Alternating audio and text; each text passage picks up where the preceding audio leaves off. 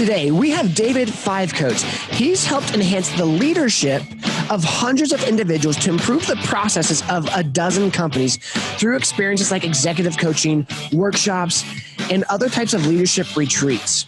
Previously, Colonel Fivecoat served 24 years as an infantry officer. He led men and women during different operations in Kosovo, Bosnia, and through 3 combat tours in Iraq.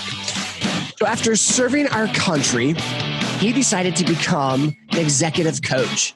And so today, David is going to talk to us about how we can develop the mindset of leadership and how we can help develop the mindset of leadership in those that follow us. So David, welcome to the show. How are you? Great. Thank you for having me today. I'm excited to talk to you and your audience. Well, I'm so glad you came on. And, just kind of a little bit about you is you've served, as we talked about in your intro, in the military for quite a long time. What was that process like for you? Yeah, so I grew up in Ohio. There really hadn't been anybody in my family that had been in the military, but I love to read military history. And so when it came time to apply to colleges, I applied to West Point, and I got into West Point and decided to go and try it out. Liked it, enjoyed it, had a great experience there, developed some lifelong friends, and had a great education. And then went out into the Army as an infantry officer and served for 24 years, like in the intro, 3 tours in Iraq, a tour in Afghanistan, other tours in Bosnia and Kosovo. But along the way, focused on how do I help people become better leaders. And that was always a passion. I've also had a passion for how do you develop grit in folks? How do you get folks to accomplish their long-term goals? Because we all have long-term goals, but I'd say the vast majority of us struggle to actually accomplish those long-term goals. So after my time in the Army, I decided I wanted to try to help others. And so I went and worked for another company for a couple of years doing leadership training. And then in March of 2020, I founded my own company that does leadership training and also executive coaching. This summer, in July, I published a book called Grow Your Grit, which is based on my experience in the military and then also my experience working with corporate groups about how do you develop grit in yourself and then also grit in your organization if you're a leader of a team or a company. Well, that kind of goes into the first question really that I have for you is, before you can lead others, you have to learn how to lead yourself. And from the experiences that I've gone through in my own life of failing to lead myself, not only does it take a development of grit, but I have to create a mindset of leadership on how I choose to lead myself. So what are some of the things in your book, I guess, that you talk about in terms of creating the mindset to be able to develop grit or even lead yourself? Right. Well, I think the first step let's talk grit first, and then we can talk leadership second. First, grit is one of those things that you have to understand how it works in yourself before you can try to get others to do it and come together as a team and become a gritty kind of team. I don't know. Have you ever been on a team that you consider, in sports or at work or anything that you consider gritty? Not really. I was pretty much a wuss the majority of my life and kind of still am. But no, nothing to the severity of, military takes tons of grit to do something. I played childhood sports and stuff, but nothing gritty like that. For me, the grittiest thing I've ever had to do was, go through college with academic disabilities and still stick it out and succeed. See, you displayed some grit right there.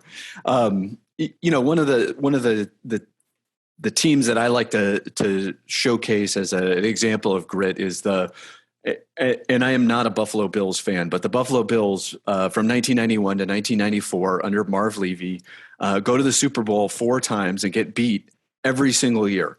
Yeah. Think about the work that the Coach Levy has to put in after getting all the way to the Super Bowl and getting that team in the mindset to get themselves all the way back to the Super Bowl that next year, and then the year after, and then finally on the fourth year. Now they had a lot of talent. They had Jim Kelly as the quarterback, Thurman Thomas as the running back. One of my favorite players was Don Beebe, the very fast wide receiver. He sort of exemplifies grit in the Super Bowl. They're down by 3 touchdowns. Dallas actually sacks the quarterback and strips the ball. Leon Lett picks the ball up and is running towards the end zone. And Don Beebe turns around and streaks down and catches him at like the 3-yard line, knocks the ball out of his hand, and the Buffalo Bills get the ball back. But that kind of display of grit and how that organization came together and focused on overcoming the obstacles, of losing the Super Bowl and making it all the way back is really a great story about grit and how do you build grit in a team. Yeah. So how do you develop grit within yourself? Yeah. So grit, I think, within ourselves. The mindset of grit. Yeah. Yeah. So grit, I define as the will to persevere to accomplish your long-term goals. And it takes 6 kind of things to come together for somebody to become gritty. And I think you saw that when you were at college. You first had to have a purpose. Then Right. you had to have a goal. And your goal was, of course, to graduate college. And then you had to have perseverance, resilience, so you bounce back from those inevitable failures. And I'm sure you failed a few tests in there or struggled in a class, and you had to bounce back from that. You had to have some courage to deal with your fears.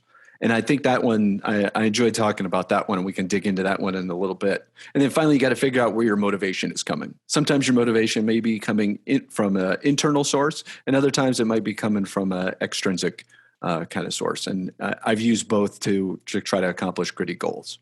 Yeah. Just recently, a couple of weeks ago, or actually it was last Sunday, 2 Sundays ago, I went up to North Georgia. I'm a big bicyclist now, and I did it's called the 6 Gap Ride, which was 103 miles of bicycle riding and 11,000 feet of climbing. And I had an emotional experience during that time. I got to about mile 80. I was really dragging. I had to stop at a gas station and buy some water and a Coke and just sort of sit there and contemplate life for a little bit and get myself back together and in the right mindset to finish the race. But I finished it. Didn't finish as well as I thought I should have. And so, of course, I'm going to go back again next year and give it another shot and see if I can be successful, even more successful than I was this year. So you talked about the things: goal, purpose, resilience. What was the thing after that? You've got to have courage to deal with the fear of failure. And our fears manifest themselves in a variety of different ways. It may manifest with you. It may manifest it in procrastination or hesitancy or unwillingness to risk things. For me, like to go up to do 6 gaps, I had to risk the fact that I might fail, that I might not make it, and I might, and not do it. But I manage that fear. And, one of the things I did was, that I find super powerful is if you're having trouble, to take some time, think about all the different things that have you concerned. And for me, it was, what happens if I don't fail, or if I don't make don't finish the ride, or if I wreck and I get injured. And you list your fears, and then you think about, okay, what's the worst thing that can happen? And then how do I mitigate that risk? How do I make sure that I have at least a strategy to handle that risk? And for me, the not failing or the failing part is largely due when you do that kind of long a ride with how much you're eating, because you're on the bike for about 6 hours and you have to do it. And I made some mistakes. I didn't eat enough in the first hour because we were going super fast, and it was tough to get that gel out of my jersey and all that. And so, looking back on it, I'm like, okay, I should have done a better job eating, but I planned for that. I carried a lot of extra food. I had some ideas where I was going to stop at rest stops and try to refuel and get more water and stuff like that. But anyway. So I think when it comes to grit and developing the mindset, is that there's this idea between comfort and challenge, or pain versus pleasure. I don't like doing things that are painful or extremely physically challenging, because you could, I mean, I go work out and stuff like that, but when I think of developing grit, I think of doing things that I don't want to do. And so how does a person go from a sedentary life to really pushing themselves through the process of pain? Because that's really what it is. Yeah. Is, to reach a goal, whether it's in business or life or health, there's a process of pain that you're going to have to go through and develop the psychology of wanting to go through that pain. Like they want the results of it, but they don't want the physical aspect of going through it. Speak to that. Yeah. One of the more powerful images I like to use to talk to folks about this is this idea of you got to go to the discomfort zone. If you're always in your comfort zone and where things are nice and going along well, you're not pushing yourself. When you're not pushing yourself beyond where you are right now in this comfort zone into the discomfort zone, you're not going to have that growth.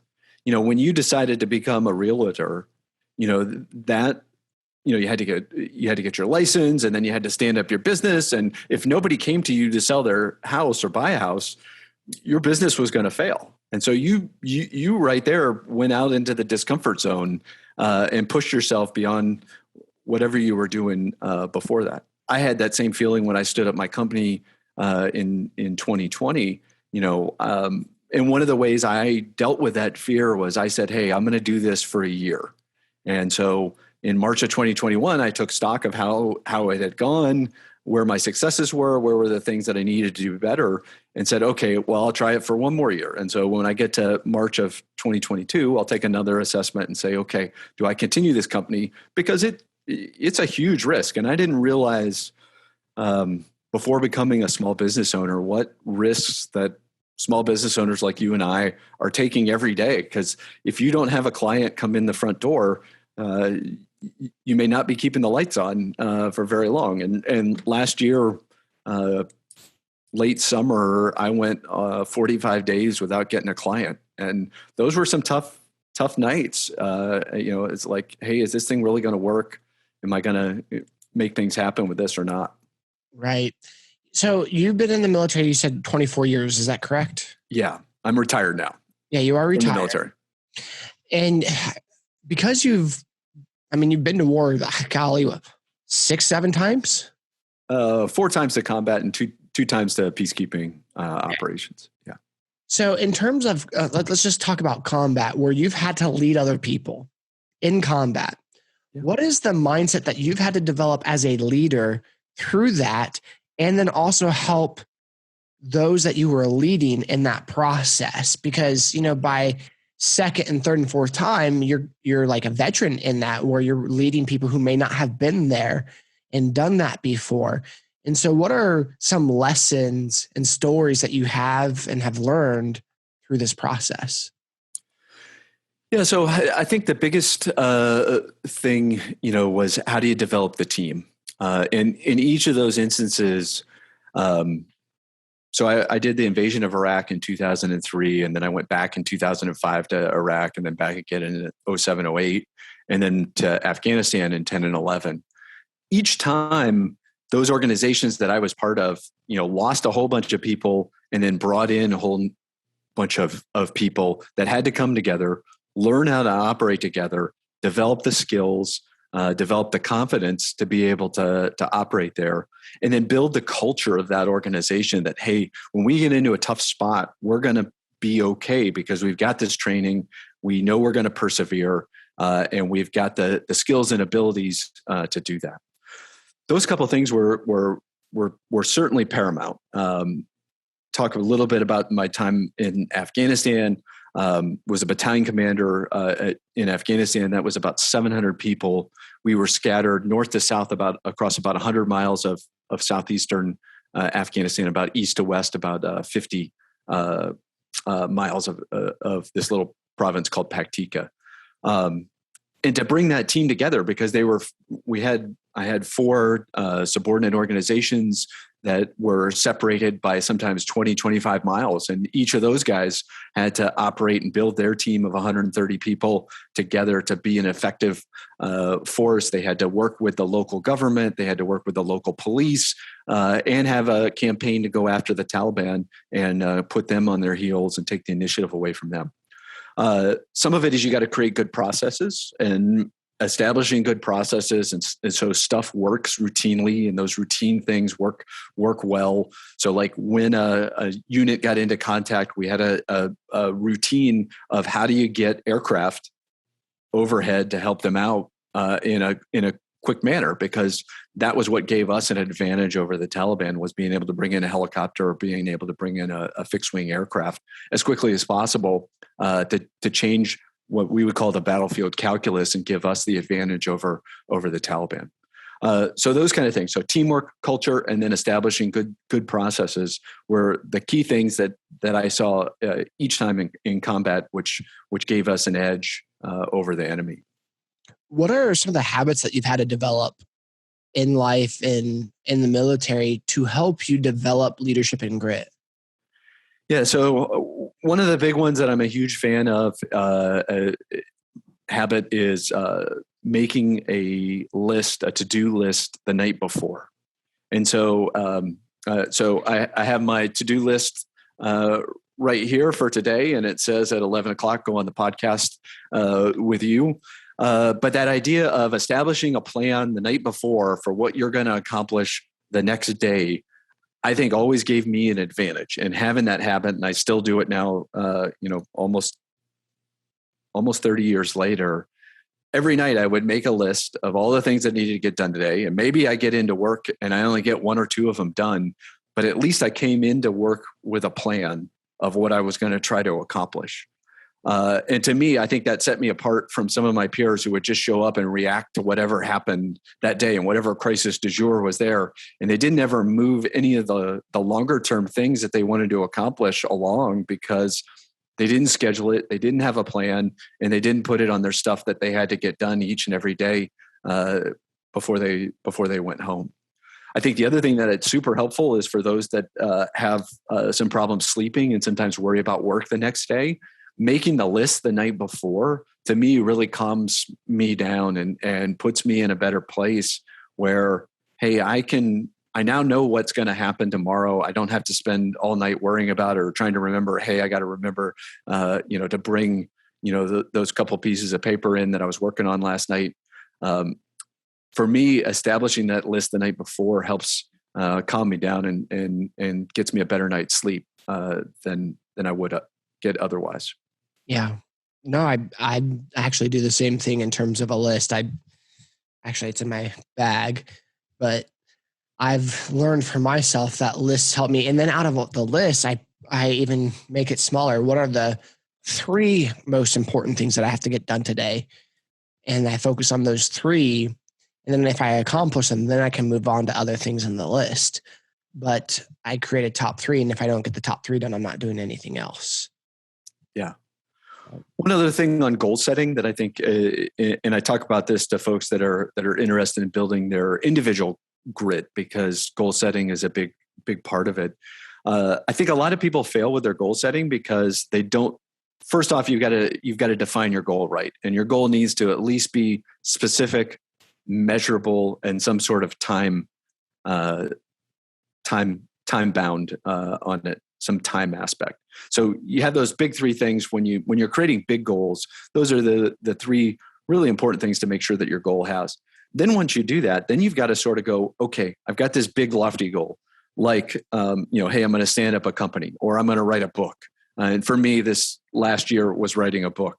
And so I had to take that big idea of, hey, I'm going to write a book, and then I need to break it down into smaller pieces. And I think a lot of folks fail because they just leave it as that big kind of thing of, hey, write a book. And that seems super big and it's super hard to get into every day because it's just this, it's just this huge weight on you. And so if you break it down into, okay, I'm going to look for pictures on it, or I'm going to design the cover, or I'm going to find an editor, or I'm going to find the guy that's going to help me index it. or I'm going to send it out to a couple of readers and break it down into smaller chunks, then those are more manageable that help get you to that long range goal. And I think a lot of people fail to do that with life. They may do it at work, but they sometimes fail to do it with their own life. And then the last part is budgeting time on the calendar to actually get that done. How many times have you said, hey, I'm going to work out, and that's that big lofty goal. It's not specific, so you haven't defined it at all, but you just say, hey, I'm going to work out because I want to get in better shape.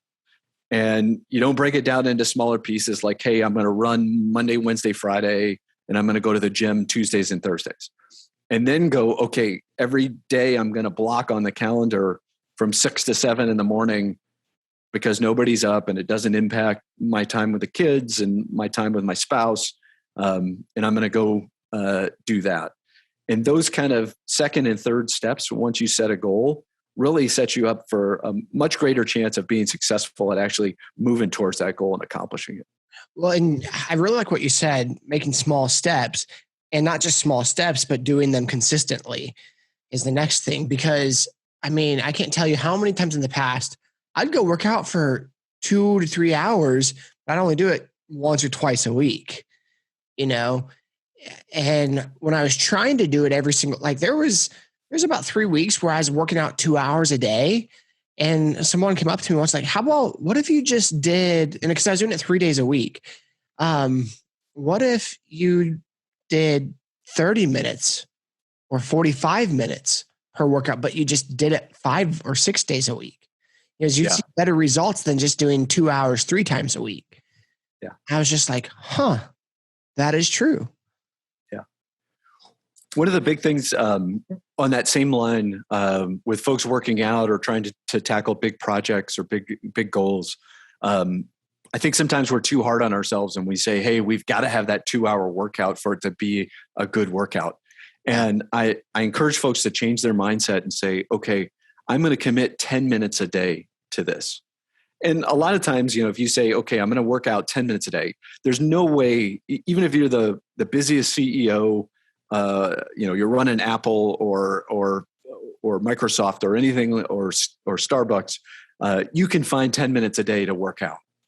And that's okay. If you just get that 10 minutes a day, it's better than nothing. It's better than sitting in your chair all day and going to meetings and doing that. But if you get that 10 minutes a day, sometimes those 10 minutes will change into 30 minutes or 45 minutes because, hey, you're going to be like, hey, I'm already on the elliptical. I'm sweaty. I'll just keep going because this feels good. But you set the benchmark of, hey, I'm going to do 10 to 15 minutes on this. And that gets you over the hump of having to have this, fantastic 2-hour workout or 2 hours of work on your big project or whatever.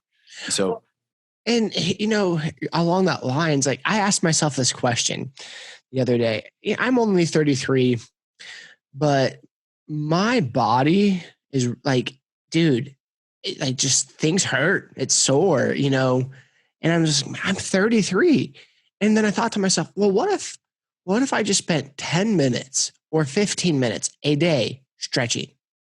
Yeah. That's it. And if the results of stretching are more, I'm more limber, which means less pain from, a kid sideswiping me or, stepping off the curb funny. Think about how 10 to 15 minutes a day will produce far better results in other areas. Like, for example, dude, I got charged at by a donkey 2.5 weeks ago when I was showing property. And I had to jump over a cattle gate to get away from it so it wouldn't hit me. I did not make it over that. Well, I did make it over the cattle gate. I just didn't clear. I hit the top of that sucker. I flipped over, landed on my head, next side area. And I somehow sprained my ankle when I never landed on my feet. I don't quite understand that. But it's 2 weeks later, and I'm still having issues with my ankle. Yeah. And it blows me away. Like, it wasn't that severe of I went to the chiropractor 3 times and doing better, but still that one incident has really impacted the last 2 weeks of my life.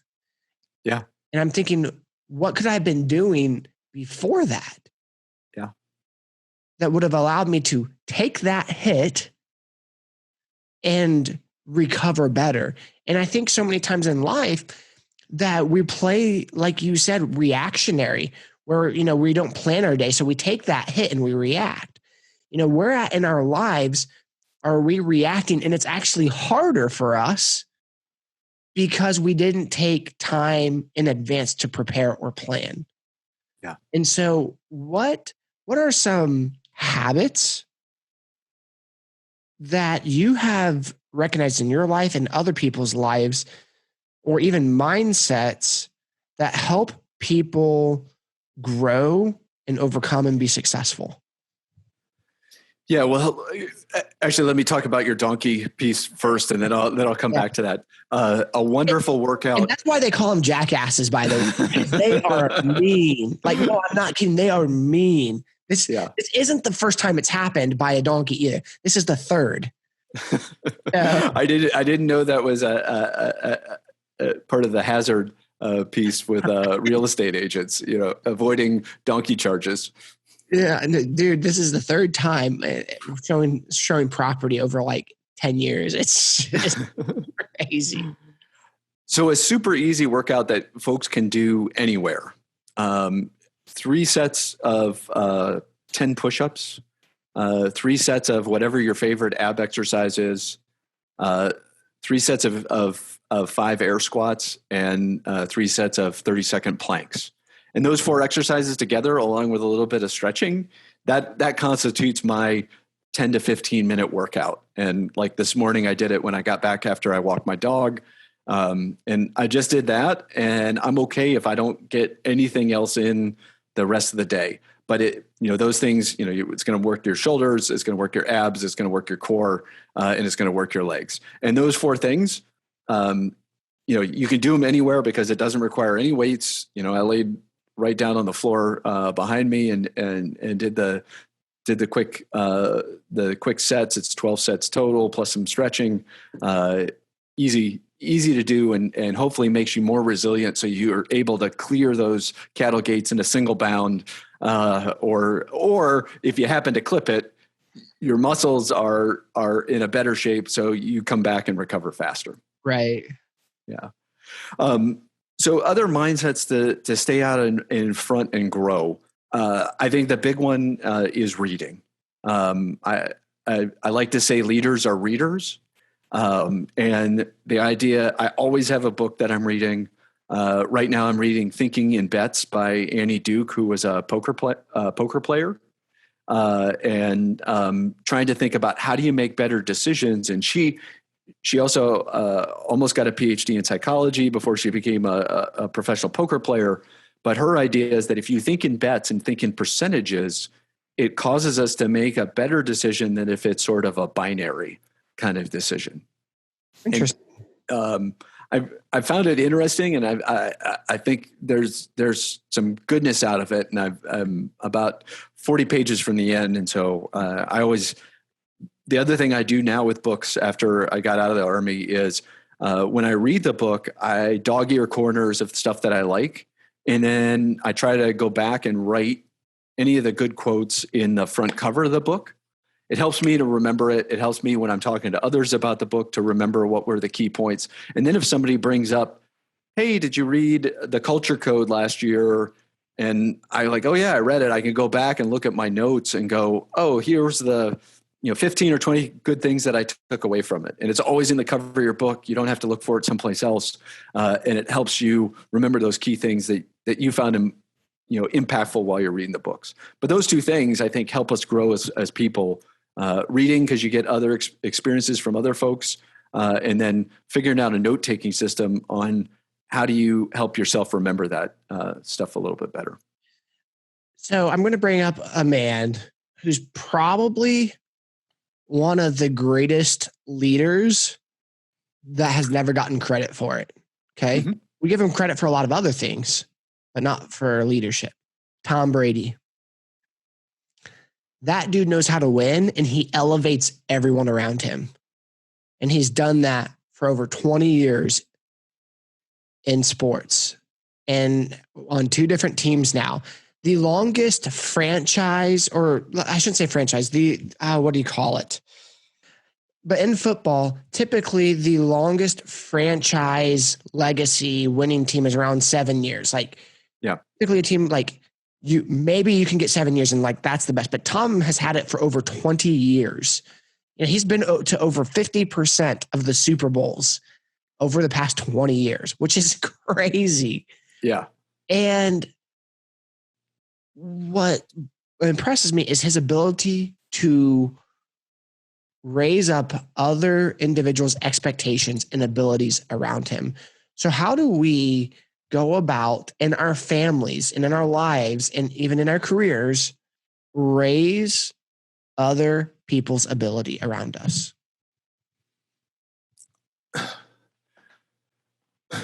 So it's Tom, of course, works with a coach. First, it was Bill Belichick, and now is it Gruden? Oh, Bruce Arians is the Buccaneers coach. And so between the two of them, they create, first off, they figure out the purpose of the organization. And that is one of those things that has to be over communicated to the team. Hey, what's our why? What is it? And for them, it may be to, win the Super Bowl or be the best team that they possibly can be. Or I don't know exactly what the Buccaneers why is, but something like that. And then they have a goal. Their goal is probably to get to the Super Bowl and win the Super Bowl. And then they build a plan based on that goal. Bringing folks to align around a purpose or a why is incredibly powerful. And that, I think, is one of those things that I think Brady does very well is he gets the team all on board. I'm more familiar with him with the Patriots and how they would always find these undersized receivers, from Edelman, and I'm drawing a blank. Yeah. And Welker. Welker. They always found these guys that everybody else had overlooked, but somehow they become an integral part of the Patriots system and would have fantastic years there. And so I think, vision and then over communicating that purpose with that why is really the first step. I think the other piece is, and I suspect that Tom helps inculcate a culture of success or a culture of high expectations of the organization. What's really important to them? Where do they set the standard? What do they not tolerate in the locker room or on the practice field? Those kind of things between the culture and this purpose, I think, are the two big things that help elevate those teams around Tom Brady. Right. Now, for you, having, golly, a lot of experience in military and in wartime, what's one of the biggest lessons that you've learned through the process? So one of the tougher things I found, and I'll talk about it on the corporate side, is it takes some very tough intellectual work to figure out your organization's purpose and to find a purpose that actually resonates with, you're not going to get 100%, but resonates with a majority of the team or the group or the company. And it really works best in a group. It's not something that the CEO goes off on his own and figures it out and then sort of brings it back and releases it to the group and says, this is our purpose. The CEO is definitely the catalyst of it and has to shepherd the group along. But unless he's bringing in the entire group, he's not going to get buy-in and he's not going to get the group to do it. Now, I saw that with our preparations to go to Afghanistan as well. We had a group that had just gotten back from Iraq. They'd been very successful in Iraq, but half the group left. And so we had to very quickly build a culture and get folks aligned around this purpose, which was to increase the safety and security of the Paktika province and align them around that purpose. So they were in the right mindset and we were all rowing in the same direction and folks could be empowered to act without asking me. That's good. Last question here in terms of the podcast before I go into the same questions I always ask. Again, there's moments where we are uninspired to do things, or life has punched us in the face and it's hard to get back up. Sorry, here's another Tom Brady reference. When they were playing Atlanta in the Super Bowl, and Atlanta was winning by like 23 or 24 points, and I think the Patriots only had I think it was 0 to 3 points at the time, and they came back in the third and fourth quarter to win the whole thing. And a lot of people, when they're down, it's easy to become uninspired. How do you go from feeling uninspired to doing what needs to get done so that you can have success? Now you're driving a stake into the heart of all the Atlanta Falcons fans out there that thought they were going to win their first Super Bowl. And being here in Georgia, I'm very aware of that. But how do how do you pick yourself up and dust yourself off when life is inevitably going to give you a setback or two? And I think the first piece is us as people. There is a certain amount of, hey, I've got to be getting the right amount of sleep, the right nutrition. I got to be working out, and I've got to be practicing some sort of mindfulness. And those things come together. For me, it's certainly a lot harder when you get a setback. And for me, at least, when I've gotten 5 hours of sleep versus 7 or 8, when you get thrown a wrench, it's much tougher to come back and be optimistic and say, hey, we'll overcome this. We'll figure a way around it. We'll get, we'll put our nose to the grindstone. For me at least, when I'm not sleeping very well, then my nutrition sort of suffers because I don't have the same amount of willpower and I'm eating not as healthy.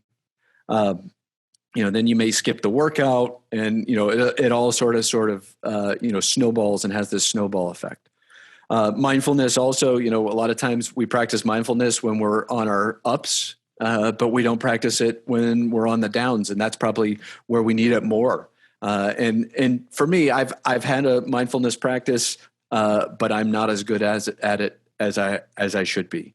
And there are days where I don't refocus it and try to get myself, the great book that I really enjoy is the 10% Happier book on mindfulness and make yourself 10% better by practicing a little bit of mindfulness.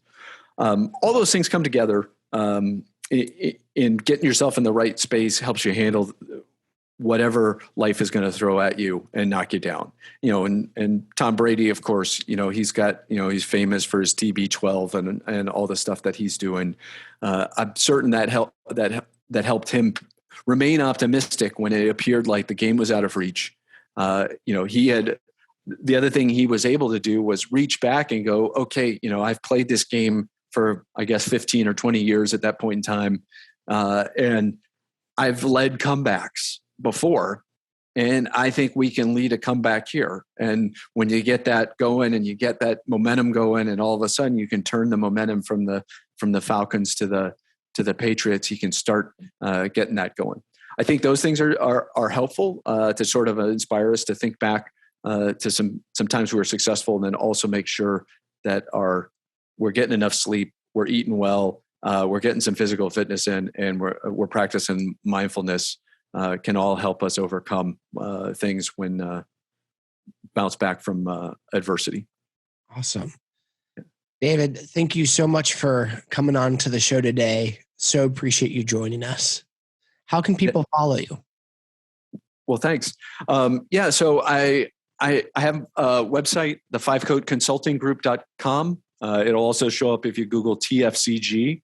I blog twice a week on leadership topics on there, Mondays and Thursdays. They're also cross-posted on LinkedIn, so you can find me or TFCG on LinkedIn. If you're interested in purchasing the book's available on Amazon in Kindle, paperback and hardback. The book is called Grow Your Grit. and it's been out there since July. We've had 11 5-star reviews so far. And if you really like it, please throw another review up. Or if you don't like it, throw a review up, and that way I can make it better the next time I decide to write a book. Awesome. David, thank you so much for coming on to the show today. Have a great day. You too. Yeah.